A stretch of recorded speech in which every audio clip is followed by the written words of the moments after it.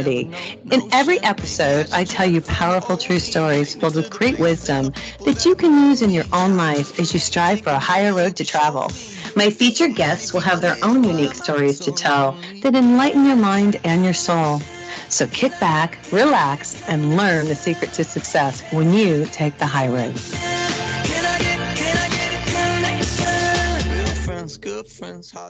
Hey, this is Nancy Earald, and welcome to High Road to Humanity. And today we're going to be talking about music. We've got Brad Schreiber here today, and he's written a really cool book. It's called Music is Power. But before we get to Brad, I want to talk about the state of humanity. And every week we've been talking about what's going on in the world. And there's a couple articles I pulled up I want to share with you today. The first one was Police Shoot, Kill Black Man Outside a Store in Louisiana. And this is from the AP on August 22nd, 2020. And I'm going to share this with you. It says the mother of a man fatally shot by Louisiana police said her son was intelligent, shy, and had sought therapy for social anxiety. Her lawyers said they plan to sue over the death of Trayford Pellerin, whose police said that had a knife and he was trying to enter a convenience store.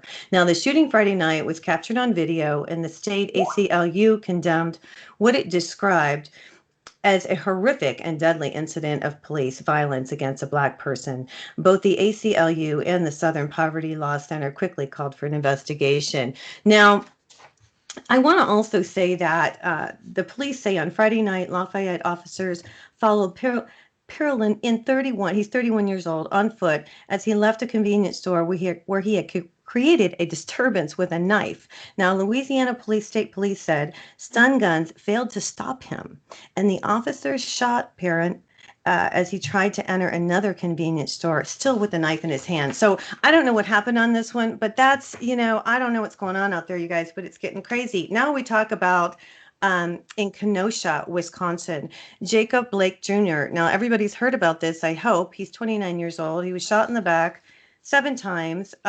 This is getting out of hand. Now, again, he was going to his car, and we don't know all the details about this, but I know that right after this happened, the following day on the 24th, Kenosha car dealership was targeted by rioters during an overnight protest. And so what's happening is people are destroying our country over these things. And I understand the protest thing, but it's getting out of hand. And then last night, this is just nuts. I pulled this up online this morning. 3 were shot in Kenosha, Wisconsin last night, 2 dead, because people are protesting over what happened to Jacob Blake, which is totally understandable, but this has got to stop. Now, I did watch, and I'm going to tell you guys something. I want you to Google this, get online, I don't care, find this, Julia Jackson. This is Jacob Blake's mother. She got on TV yesterday, and she talked about her son, and here's what she said. Everybody, let's use our hearts, our love, and our intelligence to work together to show the rest of the world how humans are supposed to treat each other, Jackson said. America is great when we behave greatly. Wow. She was powerful. She also said, she went on to say that the Black man shot at least 7 times in the back by Wisconsin police. She said she called for healing and asked people to pray for her seriously injured son. He's still in critical condition.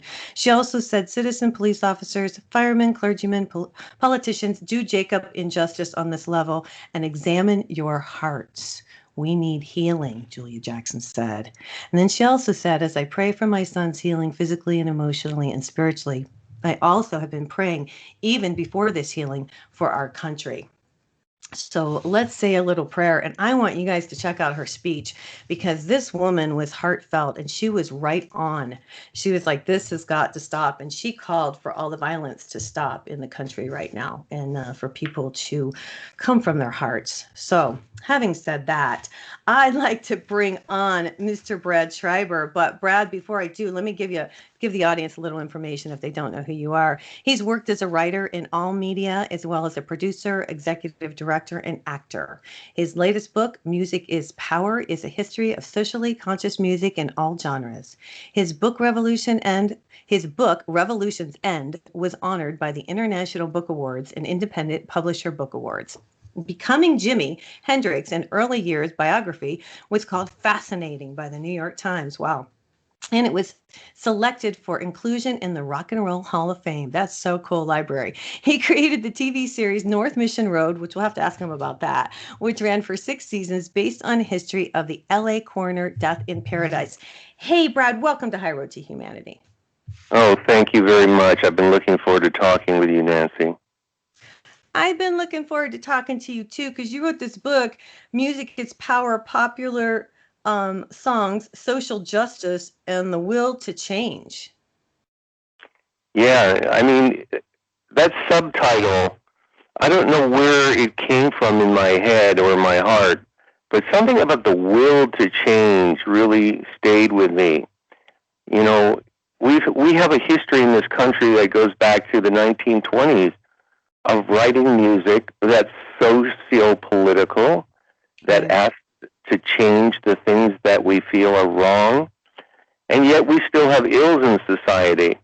So I was thinking, you have to feel it somewhere before you actually change your behavior. And I thought using the phrase, the will to change, in the subtitle of the book might be a good idea. What do you think about what's going on in the state of humanity, Brad?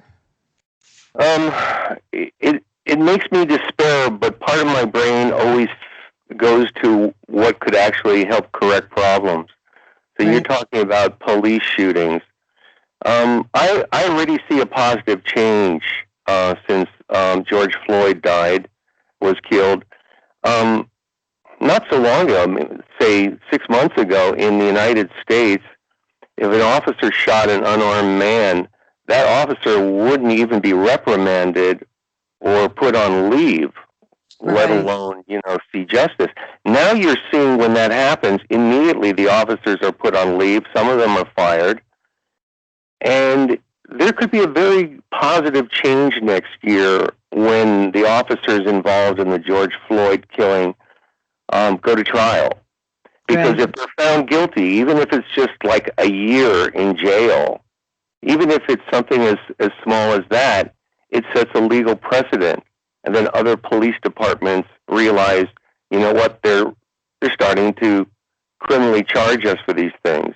And then eventually you'll see some changes. Well, so at least we're finally addressing, I think, some of the core issues. Right. Well, I just think, did you see the mother speak at all yesterday? Because I'll tell you what. I did. I thought she was very moving, and it was the right type of message. Yes, I think that's what I want to get across to the audience. It really was. I mean, she was like, hey, I don't care what color you are. We don't treat each other like this. Yeah.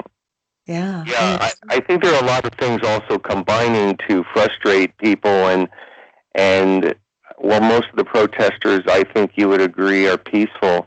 It only takes one or two people to ruin that. And whether those people are outsiders or whether they're part of a peaceful movement that lose their temper, it hurts.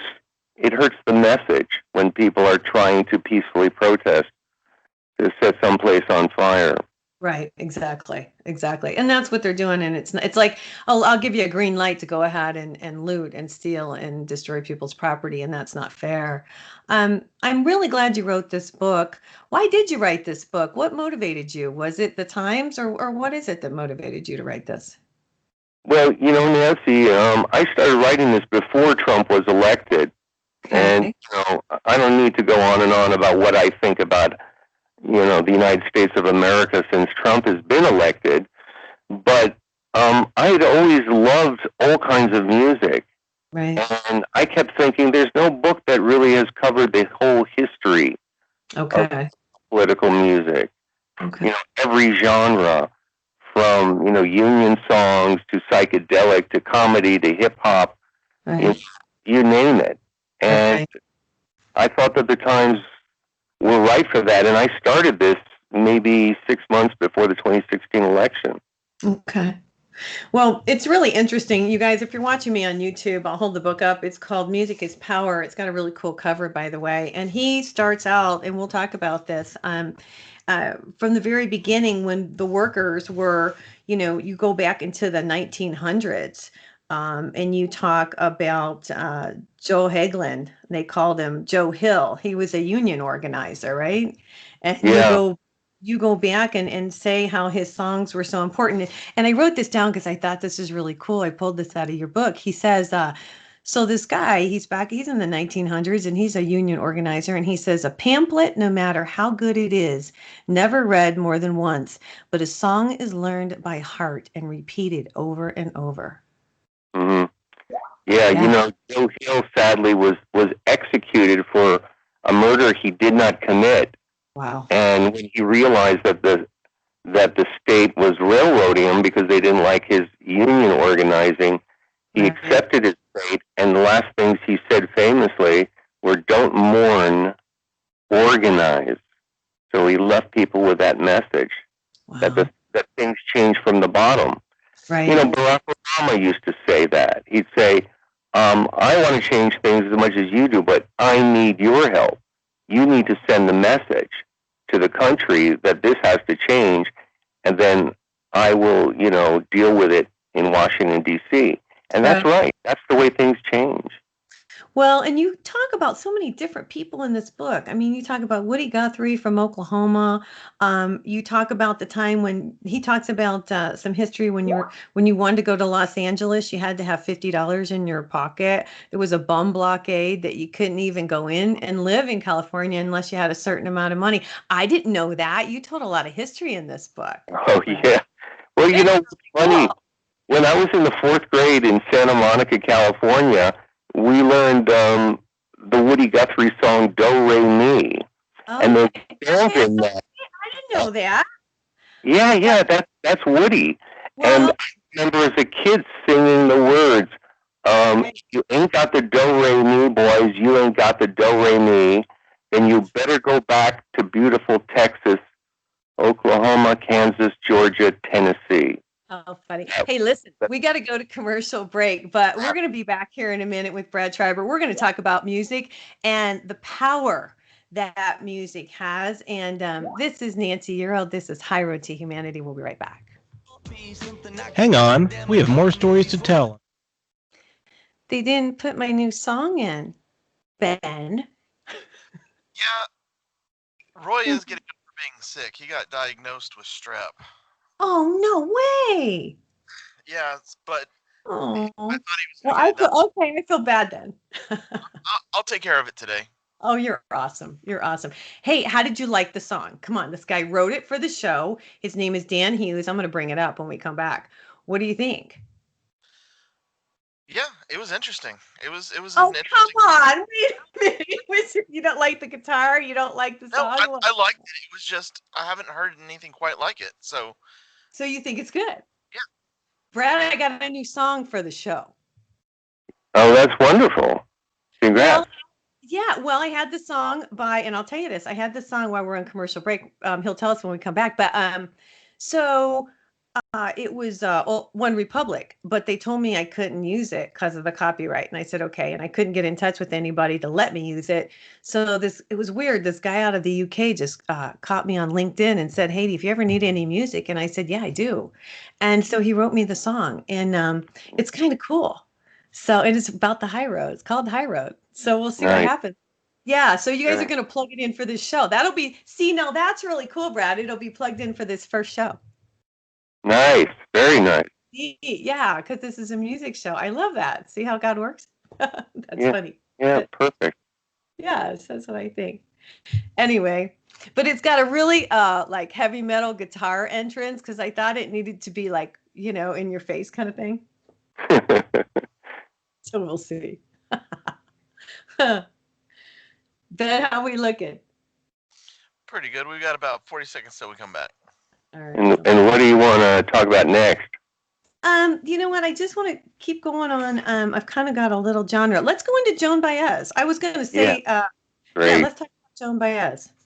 I Wonderful. sent you a list. I guess you saw him. I'm sorry. Yeah, I have it. I have it. Okay, cool.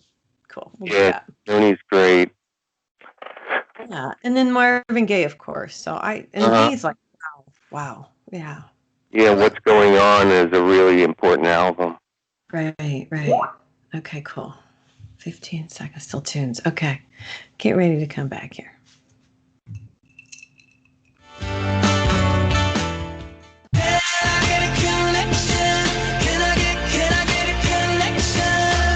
We want to thank you so much for listening to High Road to Humanity. This is where Nancy and her guests tell stories that will guide you and enlighten your mind and soul. Now welcome back to the High Road.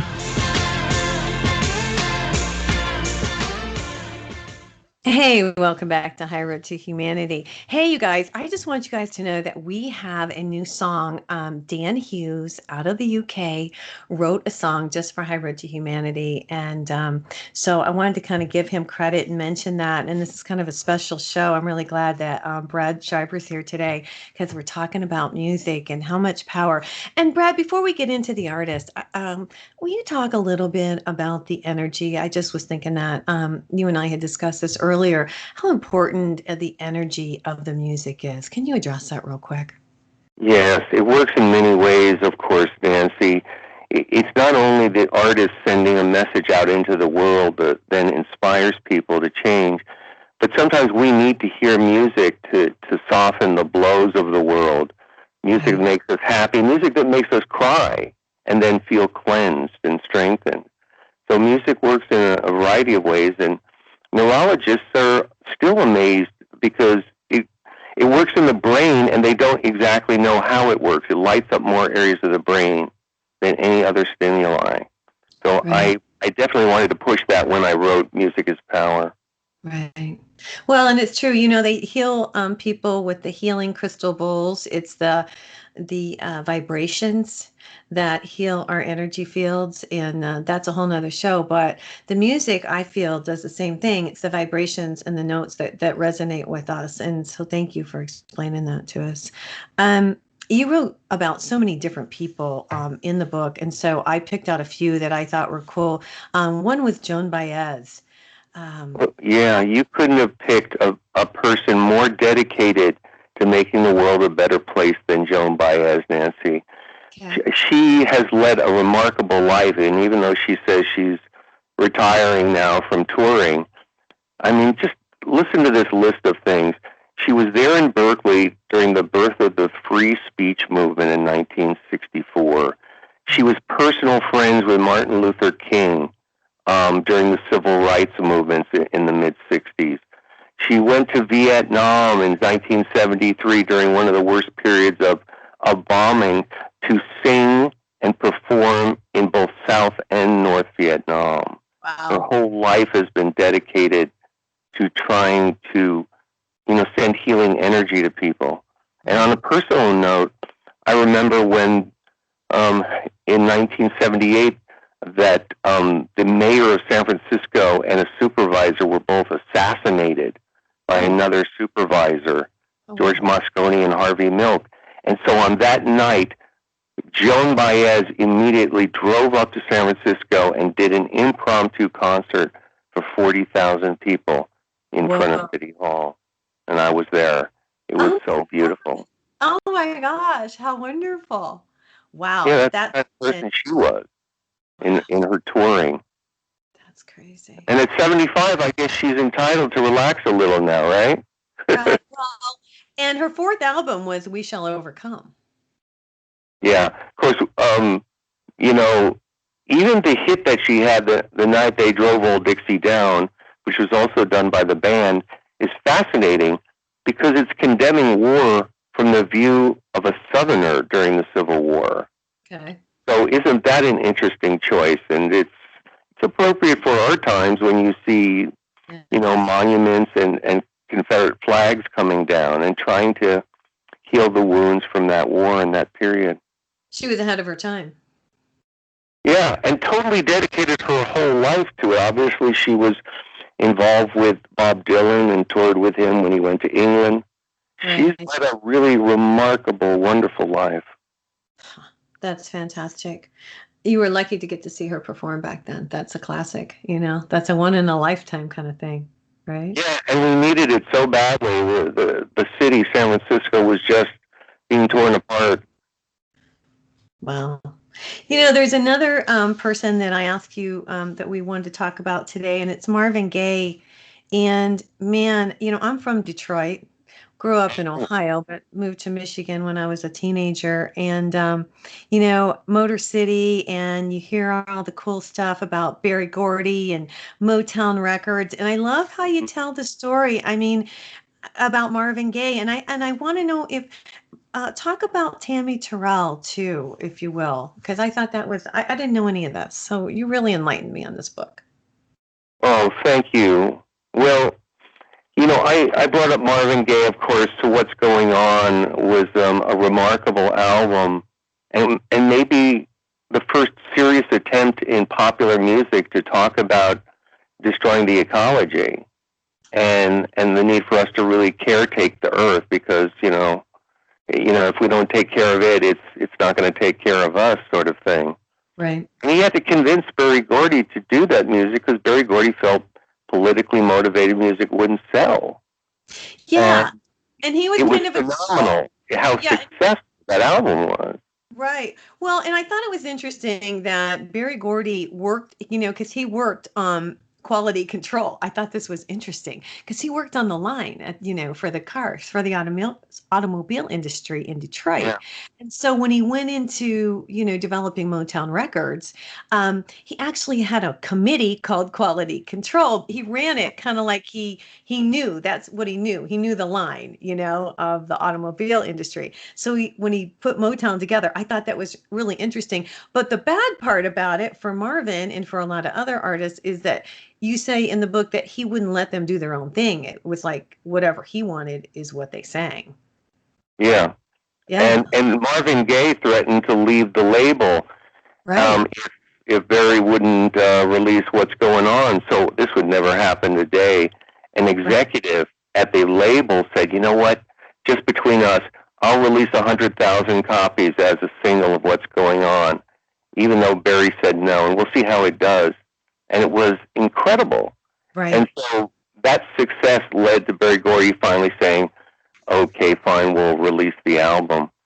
I mentioned Tammy Terrell in the book, Nancy, not so much because she was dedicated to socio-political music, but she was so important as a singer with Marvin Gaye, and she was so brave when she developed brain cancer and was still performing until she was confined to a wheelchair.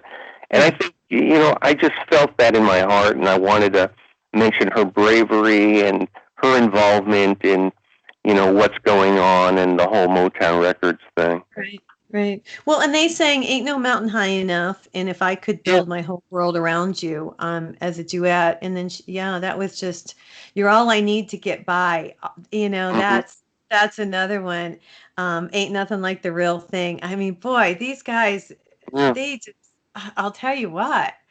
Some of these songs, you don't even realize. I didn't even realize it was her that sang that and that she died of brain cancer. So that was pretty interesting and enlightening to me. I mean, most of those are love songs, although you could say that "Ain't No Mountain High Enough" is also kind of almost a spiritual song. It's almost gospel. It's like gospel and pop mixed together. And you can use that for personal empowerment when you think about overcoming obstacles. Ain't no mountain high enough. Ain't no valley low enough. It's not just a love song. And Marvin was devastated when he lost Tammy. So many people were. She was so young. Well, and then he got into cocaine. I mean, and he gave us songs like after she died of "What's Going On" and "Mercy, Mercy Me" and "Sexual Healing." And that was controversial at the time. I mean, that was still, kind of ahead of its time. It certainly was. Again, it was this concern with, will it make money? If we do a song that's about politics or overtly sexual, are people going to react in a negative way? And what I always say to people is, most songs are about love. I love you, or you broke my heart, or whatever. There's always room to write a song that's about the times you live in, and urging people to work to make the world better. There's always room for that. And this book, Music is Power, proves that throughout history, these songs not only are effective, they're commercially successful. Right, right. Well, and with Marvin Gaye, I just, what a tragic ending he had. I mean, he was homeless for a time, and then you write that he went back home. He was at his parents', but it sounded like he kind of didn't respect their space. And tell the story, if you would. We've got about 2 minutes before we go to break. Yeah. Well, I don't want to bring people down too bad. Gay, eventually was in an argument with his father who shot him, and it was an incredible tragedy, especially considering how important Marvin Gaye had been to not only Motown's history but the history of socio-political music. Mm-hmm. And don't forget that Norman Whitfield was an in-house producer at Berry Gordy's label. And he would go and say, okay, I've got this great song for the Temptations, you're going to do this wonderful song, about the conditions of the world. And even though people were assigned music, sometimes, it's funny, sometimes at Motown, you just stumble into something, like Edwin Starr walking down a hallway, and somebody says, hey, there's a great song called War, and we want you to do it because these other guys didn't work out.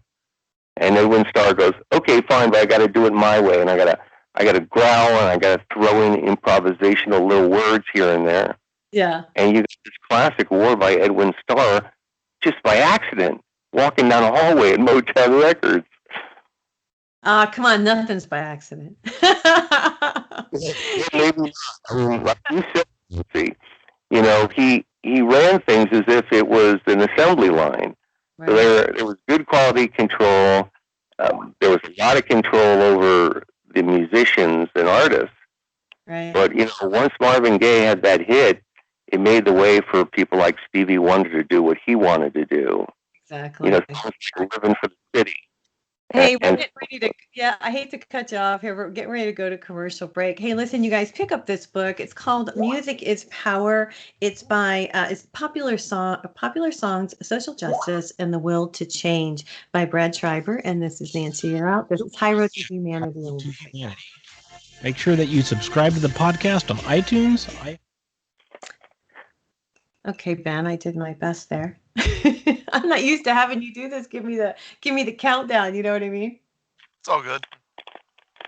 I've been doing I do my phone, the 12 minutes and 33 seconds. Brett, let's talk about the Temptations and then Jimi Hendrix. What do you think? Oh, sure. Yeah, that sounds good. Cool. We'll talk about Temptations and Jimi Hendrix. And we should have time for Green Day and some rap, right? Yeah. Yeah, we can do that. Yeah, try to get as much in as possible. I'll ask you on the show too. Chicks, they're now the Chicks. They changed their name. Oh, what did they change their name to? It was the Dixie Chicks, and now they're just the Chicks. The Chicks. Oh, okay. Well, yeah, I didn't write them down because I wrote Green Day. I thought Green Day was really interesting, the story. So I thought that was really, I like to hear people's backgrounds. And that was a cool thing that you did in this book. You told a lot of stories and you told people's backgrounds so you could kind of understand the person, Yeah, absolutely. Yeah. Did you say something, Ben? Nope. No? Okay. All right. The only other thing I wanted to tell you that I didn't have a chance to tell you, I come from a musical family. I wondered, Brad, do you come from a musical family? No, actually, that's the funny thing. Although I was inspired as a boy, I listened to my father's classical music collection, and I just fell in love with music and just started exploring everything there was in music. Okay. Well, my mom was a singer, actually. Oh, really? Yeah, with the big bands, she was a singer, and my oldest sister played piano, and we all played piano when we were young. I didn't continue with it, but we always sang. My mom was a really good singer. My sister was a good singer, and I always sang in church, of course. But when you come from a musical background, I don't know. I grew up listening to a lot of these songs, I guess, Mm-hmm. if I had a hammer and all that stuff, I was like, oh, I know that one. So, Yeah, I mean, I was lucky. My parents had a very eclectic record collection. Not rock and roll, but almost everything else you can think of. And that set me on my path. We want to thank you so much for listening to High Road to Humanity. This is where Nancy and her guests tell stories that will guide you and enlighten your mind and soul. Now welcome back to the High Road. Hey, welcome back to High Road to Humanity. This is Nancy Year Out, and I'm here today with Brad Schreiber, and we're talking about his book. It's called Music is Power, and we're talking about music. And in the book, he has so many different artists. I just happened to pick out a few to talk about. And hey, tell us a little bit about the Temptations. Give us some info about the Temptations? I love them. Well, say 1970 would be a very big year for both Motown Records and the Temptations, because the fellow I just mentioned in the last segment, Norman Whitfield, he gave them a song to do called Ball of Confusion, which is subtitled That's What the World Is Today. Okay. And it was so startling and unique, because it was this danceable song that talked about racism and hate and the space race and war, and yet at the same time it was filled with energy. It wasn't a sad sounding song. Mm-hmm. And Ball of Confusion became this huge hit that really drove Motown and convinced Berry Gordy that this idea of psychedelic soul music could also be socio-political soul music, or socio-political R&B music. Right. And it really kind of broke the mold. I love that song, not only musically, but there's a phrase in it, obligation to our nation. At that time, a lot of people were talking about the Vietnam War, and those people who believed in the war said you have an obligation to the nation to go and fight the war, whereas the other half of the country was saying, well, is it just, and why are we there? And of course, there was a draft, and people who opposed the war were being forced to fight it, and that changed. That changed thanks to another song, Nancy, which was written by P.F. Sloan, and he wrote Eve of Destruction in 1965, and inevitably it led to an amendment to the Constitution that gave 18-year-olds the right to vote. Wow. And the reason that was significant, Nancy, is because within the song, there was the line, you're old enough to kill, but not for voting. And it started this conversation.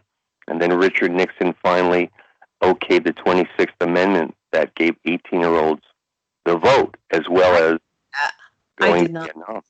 Yeah, I did not know that. That is really, really interesting. See, music is power, and it does have a lot of power over us. Just if you're having a bad day and you turn on your favorite song and it uplifts you, it changes you. Just like you said, it brings out your emotions. And I'm really glad you wrote this book. It's really interesting, really interesting. How is it done so far? I mean, have you got a lot of good feedback, from it? Yeah, I've really enjoyed promoting it, and it came out in November, and I'm still promoting it. So I think it's a sign of the times in a way, that people are recognizing that not only can music occasionally change history, it can change your body chemistry. It can make you feel better. It can comfort you in the darkest of times, and that's pretty remarkable. It is. He also, we were talking about the Temptations. Papa Was a Rolling Stone. That was that was a big one, and they won 3 Grammys in 73. The Temptations did. I did not know they had 16 #1 albums. 16 #1 singles, yes. Yes, that's crazy. I didn't know that. Isn't that wild? And I think Papa Was a Rolling Stone. And also another Motown song, Love Child, which the Supremes did. Yeah. These were songs that talked about the disappearance of the father figure in the black family. Yeah, Love Child, definitely. Definitely, yeah. Yeah, in addition to, institutional racism and poverty. And those were really important songs. And nobody had really been doing those kinds of songs. And again, that message was mixed with really marvelous music that was very energetic. Well, and it's timeless. It's timeless because that stuff still stands true today. It seems like things haven't changed very much, you know? Yeah, well, things change, but never as fast as we'd like them, you know? So yeah, you see laws gradually change, but as I said earlier, change always comes from the bottom up. It comes from people demanding justice, and then it filters up to the people who supposedly make the laws and guide us. Right. Say, oh, there's so much pressure, we need to do something about this, and then you get change. Hey, I wrote down here a quote from Otis Williams from The Temptation. He's the sole survivor of the Temptations. And he said, artists can be messengers of good faith just as much as a minister or a politician can. A lot of times music can go places where politicians can't go. I thought that was profound. Yeah, isn't that great? I love that too. Yeah. And again, it says something about a record label founded by a guy who worked in an auto assembly plant. Yeah.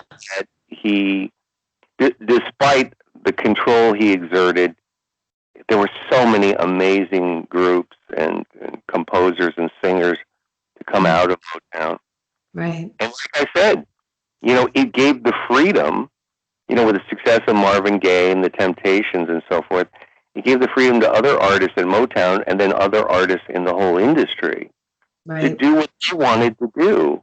And then you got Stevie Wonder, like I said, living in the city. Yeah. Hey, let's talk about Jimi Hendrix. I didn't know that much about him. I mean, I've always listened to it, but I didn't know. You tell the story. He's from Seattle. He had a stern father. He came, this amazed me. He came from a poor family. He took care of his brother Leon, and often they were fed by the neighbors. Yeah, this is very close to my heart, Nancy, because I wrote a book called Becoming Jimi Hendrix. Right. Yeah, I just read that. Yeah. Early years. And they were very hard. It's remarkable that Jimmy ever got out of Seattle, because if he hadn't gone into the Army, he joined the Army in the 101st Airborne. No, I was like, Jimi Hendrix was in the Army. I had no idea. I know, it's not strange. And the reason is he was caught joyriding, and somebody else stole a car and he was in it. Okay. And it happened twice. And the judge said, all right, Mr. Hendrix, you can go to jail or you can join the Army. Okay. And in 1962, you were given that choice. So he signed up with the paratroopers at Fort Campbell, Kentucky. Mm-hmm. But his evolution really is kind of remarkable. And instead of writing overtly political songs, he wrote about people waking up. He was very big on people waking up and the idea of everybody has a certain spirit and a certain compassion that they need to tap into. Oh, wow. Yeah. He was ahead of his time. Yeah, and no better example than the song Are You Experienced, which, of course, in 1967, there's lots of drugs and, it's the summer of love and all the hippies. Mm-hmm. Jimi Hendrix had this really remarkable line in the song where he said, are you experienced, not necessarily stoned, but beautiful? Mm-hmm. And what other artist of the time had the nerve to say, to evolve, you don't have to be high, but you got to get into a place within yourself where you have compassion and caring, and anybody can do that. So don't think you have to take drugs in order to necessarily open your mind and your heart. And I thought that was a fantastic message. Right, and nothing about what he did with feedback guitar, which was, of course, revolutionary. Right. But he was a very spiritual guy. Yeah, I didn't realize that he was that much of a spiritual guy until I read your book. I mean, I always liked his stuff, and I know he's a phenomenal guitarist, but had no idea. And then he got involved in the civil rights movement, correct? Most people don't know that. We discovered that when Steve Roby, the historian who gave me all this information, and I wrote Becoming Jimi Hendrix, he and his friend Billy Cox got arrested in Nashville at a sit-in, because the lunch encounters were segregated back in the early 60s. Right. And they were playing at a club in Nashville, and the owner bailed them out, but he made them pay him back.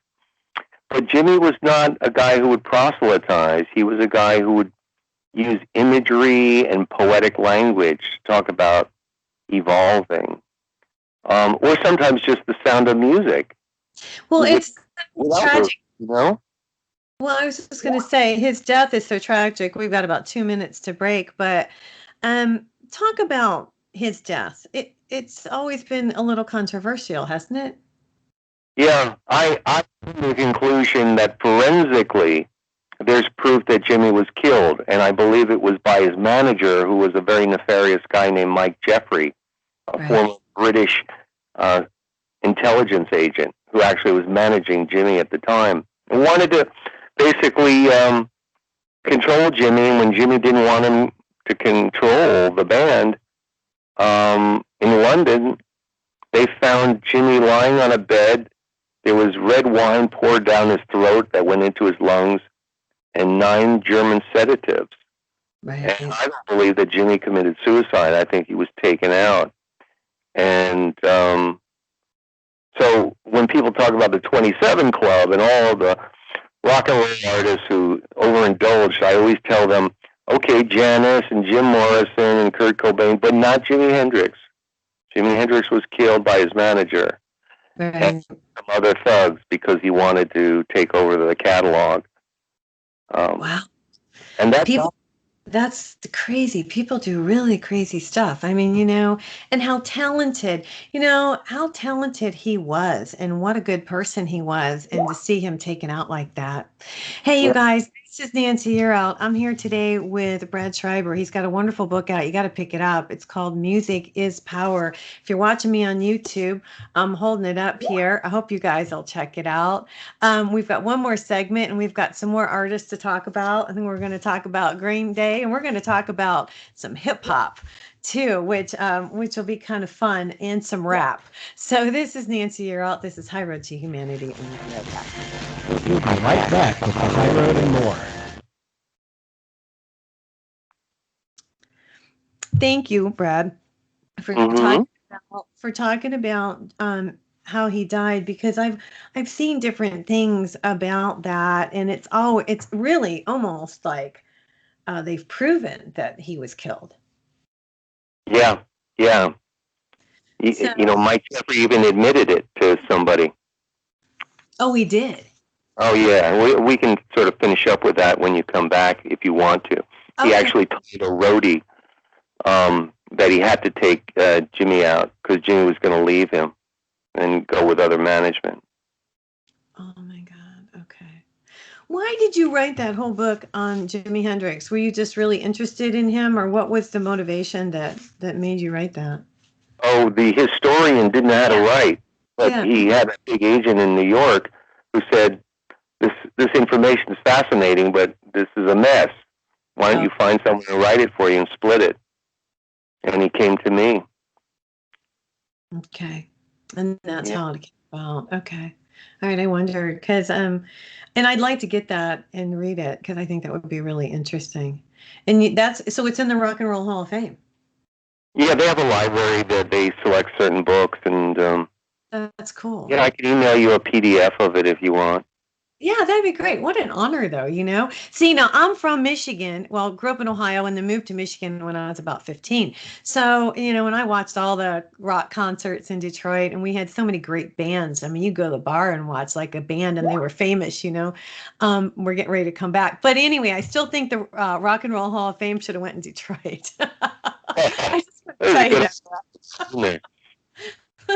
that. Yeah. We're getting ready to come back. But yeah, I don't think it belongs in Cleveland. That's how I feel about it. All right. It's like, it's wrong. It doesn't belong in Ohio. Anyway. Cleveland, that. Okay, so we'll talk about a little bit more about Jimmy and his death, and then we'll go on to Green Day, and then, yeah, let's talk about some rap and stuff. And You and enlighten your mind and soul. Now welcome back to the High Road.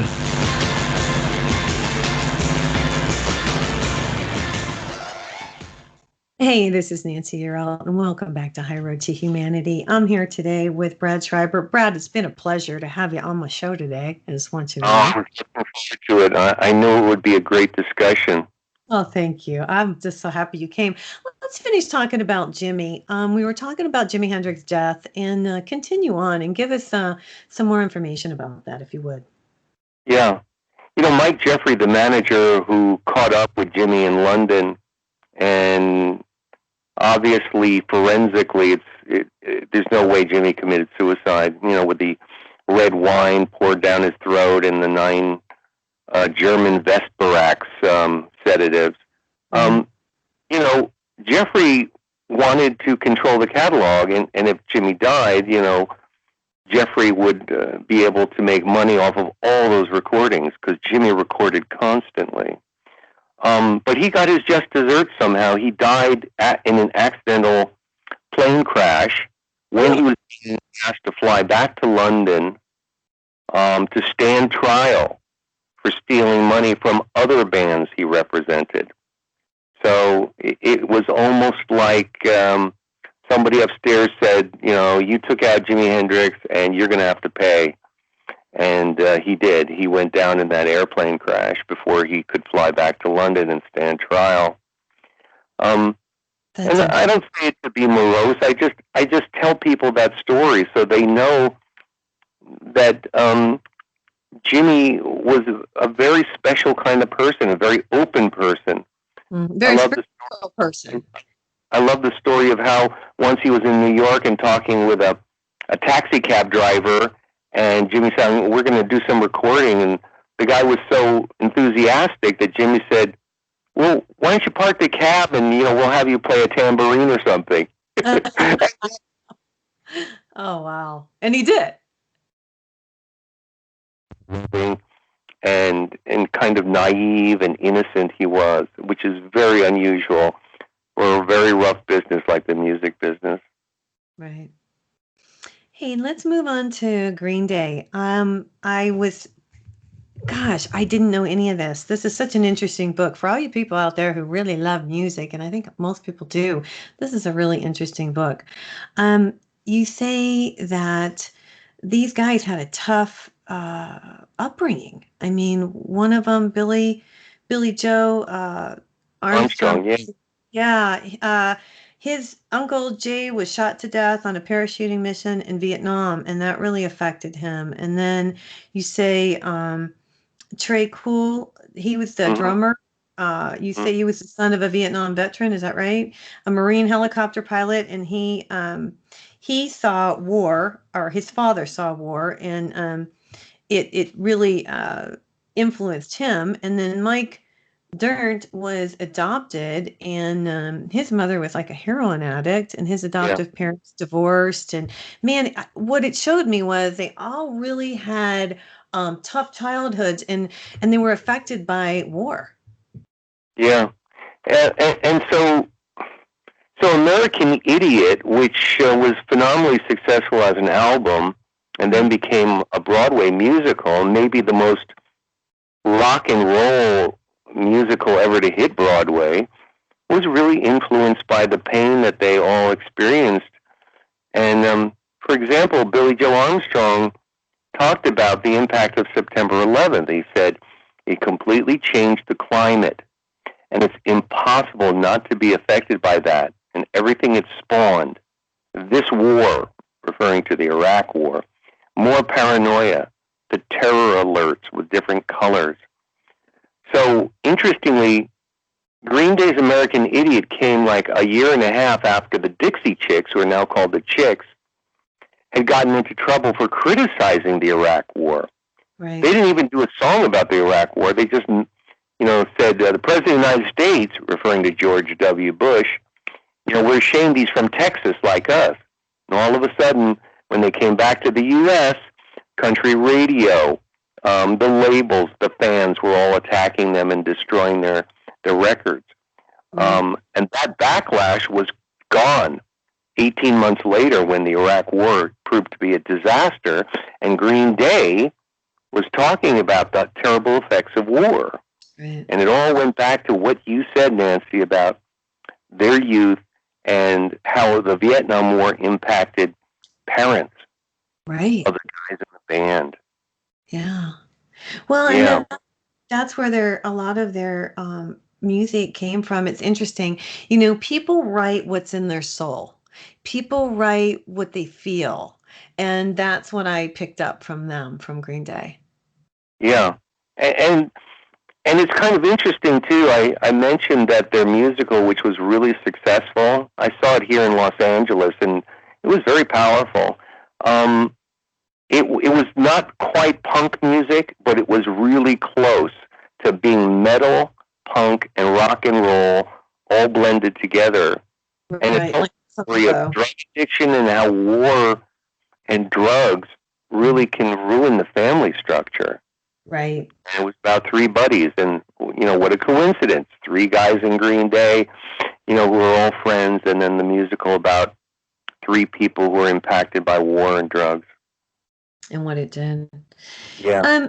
Out of all the different stories that you wrote, what was the most surprising to you in the research that you did for this book? What was the most surprising thing? Like, what was your oh, wow. Yeah, that's a great question. And I think the answer is music that I think was very significant, but was not one of my favorites, was the Sex Pistols. Okay. In England. Those guys grew up, and I love the fact, Nancy, that you really care about where these people came from and how it shaped who they became. The Yeah. Sex Pistols, all those punk guys were incredibly poor. They grew up in an area in North London called Finsbury Park. Okay. And they were so poor that they would go to bombed out buildings from World War II and have fights with gangs using nothing but bricks. And I just thought, my God, no wonder they were so angry when they created their music. They grew up fighting for their very lives in one of the darkest places in London. And that was their outlet to release it, is their music. Yeah, and of course, punk didn't necessarily in lyrics address social ills as much as just have a quality of sound that said, this is a mess, and nobody cares about us, and we're angry with you because you don't care about us. So it was that kind of a movement. Right. And people were really angry in London with punks. People would beat up punks because of it. Outrageously. Wow, that's crazy. Hey, there was something else I wanted to ask you about this book. Yeah. How long did it take you? Because there's so much in here. You guys, it's such a wonderful book. You got to pick it up. It's called Music is Power. How long did it take you to do all this research? Because there's quite a bit. Yeah, I chose every style of music I could think of, even country music. Talk about Jeannie C. Riley and the fun song Harper Valley PTA, which is a... Yeah, I remember that. Remember that song? That song sold 2 million copies, Nancy. And no one had ever heard of Jeannie Riley. And talked about small-mindedness in country folk and judgmentalism. But it's hard to say. I kept finding new groups I wanted to write about, and then I do. So the research took a long time, and the actual writing went very fast. I was very excited once I got the contract. Right. Because I basically sent them 2 chapters, and Rutgers University Press said, yeah, we got what you want to do, go do it. And then I think I finished the book in actual writing in 5 months, but I'd done tons of research over a few years. Yeah, to put it together. I figured that because I figured it would take you a while. Hey, you know something? I don't hear people hum anymore. You know how people used to kind of sing and you're in the store or hum. I don't see it anymore. I don't see it. Is it because of the mask? Yeah, I think maybe they can't be heard humming through the mask. That's funny. It's a very funny line. mean, I grew up singing. I'm just going to say that because we got about 3 minutes to go to the end of the show. But I grew up singing, and my mom always sang. And I know a lot of these songs in here because maybe at the times were so different. We all sang. And I don't see that so much anymore. What do you think? Can you address that a minute? Yes. Well, I think that people have to remember that no matter how troublesome life is, that music has always been with us. You know, in the Civil War, slaves had songs that were gospel to give them the strength to survive their very difficult lives. Right. And we have to remember that music in general is something that's very positive and meditative and curative, and it's been with us in times that were even harder than the times we're going through now. And we have to remember that socio-political music has always been there, and that problems have always been there, and the positive effect of that music has always been there too. Hey, Brad, we got about maybe 1 minute or so before we're out of here. If somebody wants to get in touch with you, do you have a website, or can people, if they have questions, I mean, how do they find you? My name is my website, bradschreiber.com. Okay. Or if you don't know how to spell Schreiber, I have another one that's the same site, brashcyber.com. Sounds like you're saying Brad Schreiber, but you're drunk off your ass and slurring your brashcyber.com. And I do a lot of video and audio and a lot of fun stuff that people can explore, as well as links to all the books. Okay. So what are you doing these days? I mean, is there another book in yet, or what's up? What's next for you? I can't say yet because I haven't signed the contract. But I'm going to co-write a book with a well-known author, okay, who's writing a book about hip hop music and police, and the way that police can come to understand youth better if they listen to hip hop. I'm also working on a memoir of my 20s. It was a very wild and interesting time in my life. And I'm also developing a podcast based on Death in Paradise, which is my book on the LA Coroner's Office. So I'm working on podcast episodes about famous cases of accidental death, murder, and suicide of Hollywood. Have you back. Well, I definitely have to have you back on the show. Hey, we got to end it for today. But Brad, thanks for coming on. And you guys pick up his book. It's called Music is Power. And this is Nancy Yearout. This is High Road to Humanity. I want you guys to have a really good week this week, and take care. Next week on High Road for more stories filled with wisdom, love, and thank you, Brad. What a great show. Thank you. Yeah, we stuck in right there at the end. We just made it, huh? Just made it. Hey, I will send you the links so that you can share it on your social media and take a look at it. And I appreciate it. I hope you'll come back and see me again. I'd love to. I'm going to send you. I'm going to send you a link so that you can download the PDF of Becoming Jimi Hendrix. Okay, that sounds fantastic. Thank you so much.